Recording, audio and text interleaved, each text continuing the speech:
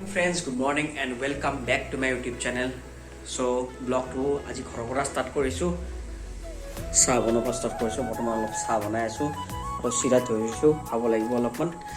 So এখনি ইয়াত খাই লৈ পেনে ঘৰৰ পৰা ওলাই যাম। ওলাই যাই পেলে চাম আজি কি এটা হয়। মানে লগৰ এটা এখন গাড়ী লগ গৈছে। এফজেড এখন ল'ব। এফজেড এখন মানে সব মাতিছে ই। আজি তাৰ ডিলাৰলৈকে যাম আৰু তাৰ সেলিব্ৰেশনত সেলিব্ৰেট কৰি আছে। বলক ব্লগটো চাই থাকিব আপোনালোকে কি গাড়ী লয় সম্পূৰ্ণ দেখাই আছোঁ আপোনালোকে থাম্বনেইলত গম পাইছে বাৰু কি গাড়ী হ'লেও অভাৰভিউটো দেখাই আছোঁ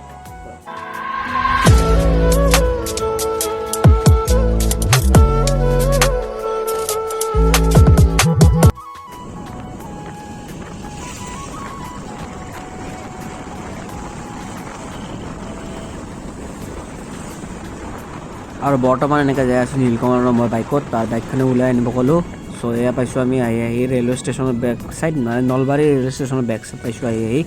আৰু ধুনীয়াকৈ ৰেলৰ পাৰ্টিবিলাক নিৰ্মাণ কৰা হৈ আছে যিহেতু 2 লাইন হৈ আছে এইফালে চিৰিগুলিৰ এইফালৰ পৰা নলবাৰী চাইডত চব 2 লাইন হৈ আছে চব ইলেক্ট্ৰিক হৈ আছে সেইকাৰণে এইবিলাক ৰেলৱেৰ লাইনবিলাক চব বহল কৰি আছে নলবাৰী হ'লে সো ভালেই হ'ব আৰু ক্ৰচিঙত ৰখিব নালাগে কোনেও চববিলাক একেলগে যাব পাৰিব মানে টাইমটো ছেভ হ'ব বলক আৰু এতিয়া পাইছোঁ আমি ৰাসৰ চলি আহি পেলাই মানে ভিডিঅ'টো যেতিয়া বনাইছিলোঁ এতিয়া ৰাস চলি আছিল আৰু ৰাসৰ মাজেদি যাব লগা হৈছিল মানে কাৰণ ইয়ামাহাৰ জাৰটো মানে আমাৰ হৰি মন্দিৰৰ সেইটো ধমধমা বাছ ষ্টেণ্ডৰ ছাইডত আছে আৰু ধমধমা বাছ ষ্টেণ্ড হ'ল ৰাসৰ মাজতে হয় আৰু চব বেক চাইডত যাব লাগিব এইখিনিতে অলপ আগত গ'লে আমি দোকানখন পাই যাম মানে ইয়াৰ হৰি মন্দিৰৰ ভিতৰত চিধাই নাযাই পেলাই গণেশ মন্দিৰ চিধা নাযাই পেলাই এফালে এনেকৈ আমি ৰাইট টাৰ্ণ ল'ম ৰাইট টাৰ্ণ লৈ পেলাই আকৌ লেফ্ট টাৰ্ণ ল'ব লাগিব এইখিনিতহে আমাৰ ডিলাৰটো আছে অলপমান সময় পিছত যাই পেলাই আমি ডিলাৰটো পামেই এতিয়া চ' চাই থাকক আপুনি ব্লগটো শেষলৈকে চাই থাকিব কি গাড়ী লয় আৰু ক'ত মানে গম পাইছে আপোনালোকে কি ব্লগ হয় চ' আৰু গাড়ীখনৰ কি ভেৰিয়েণ্ট আছে নতুন ব্লগ হিচাপে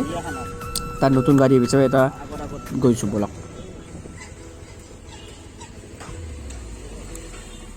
ব্লগ লৈছি নতুন গাড়ী এখন ব্লগ লৈছি চব কত ভাঙছি বয়াকে গেছি সো চিত্রজর এয়া গাড়ি প্রথম গাড়ি ধীরাজ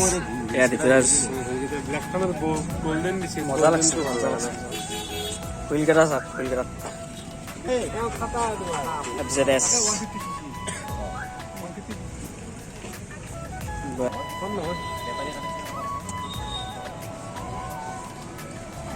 ঋতুৰাজৰ এখনে হ'ল গাড়ী ঋতুৰাজে আজি কি পাৰ্টি চাৰ্টি দিব না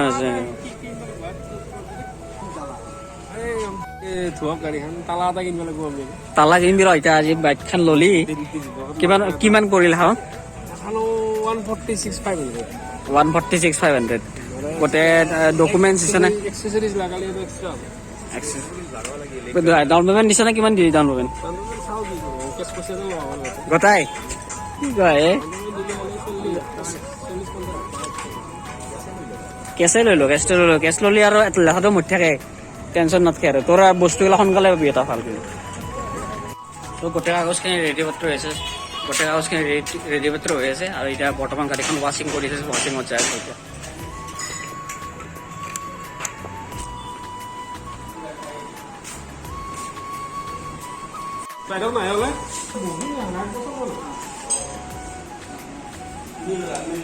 পাৰ্চেল আগতে খুলি দিয়া হৈছে খুলি দিয়াৰ পিছত আৰু লগাব বৰ্তমান বস্তু ফিটিং কৰি আছে চববিলাক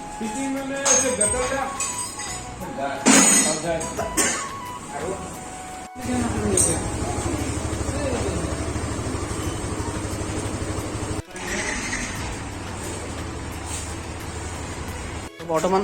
গাড়ীখনৰ ফিটিং মাৰাম কৰি আছে ছেট আপ কৰি আছে চববিলাক বস্তু আৰু এতিয়া বৰ্তমান ইয়াতে আছোঁ ইয়াম্মা জিলাত নলবাৰী ইয়াম্মা জিলাত কণ্ডিশ্যন চাব এখন গাড়ীত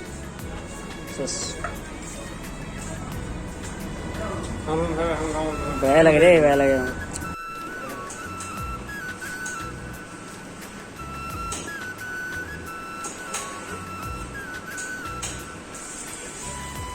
আৰু বৰ্তমান লাগিব যে চিট কভাৰ ইয়াতে এতিয়া তেল নাই বৰ্তমান ষ্টাৰ্ট হোৱা নাই গাড়ীখনৰ পটে ছেট আপ হৈ গৈছে আৰু এতিয়া বৰ্তমান চিট কভাৰ ফিট যেতিয়া লগাই ল'ম আৰু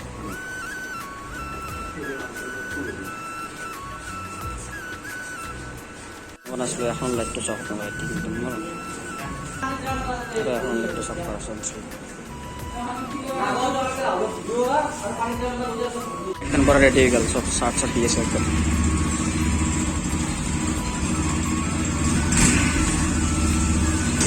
ওয়াশিং হ'ব নাকি এতিয়া ওয়াশিং আৰু দিনটোৰ আধা গ'লে পাৰ হৈ গ'ল চ' ইয়াতে ডকুমেণ্টছবিলাক চব ভেৰিফাই হৈ আছে ইয়াত চাইন ল'বলৈ কিবা ল'বলৈ চব চাই আছে আৰু ধুনীয়াকৈ বস্তুবিলাক নথিপত্ৰবিলাক পঢ়ি পেলাই এতিয়া আমি ওলাই যাম ধুনীয়াকৈ হেলমেট এটা গিফ্ট দিব চ' আমাক এটা হেলমেট গিফ্ট দিব গাড়ীখন নতুন হেলমেট ফ্ৰী হেলমেট আগতে বনা নাছিলে মোৰখন নাছিলে আজিকালি এতিয়া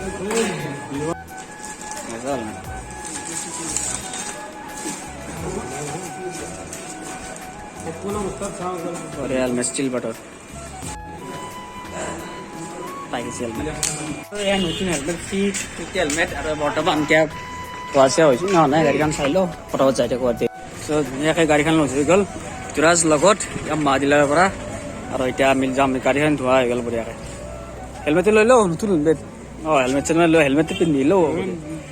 এই এটলা প্ৰথম নতুন বজাৰ তেল ভৰাব যাই আছোঁ আমি বৰ্তমান ৰাসলীলা লাষ্ট ভিডিঅ'ত দেখা পাইছে আপোনালোকে চালাক আৰু কেনেকুৱা পাইছে কমেণ্টছ কৰি জনাব বৰ্তমান যে তেল ভৰাবা এই যে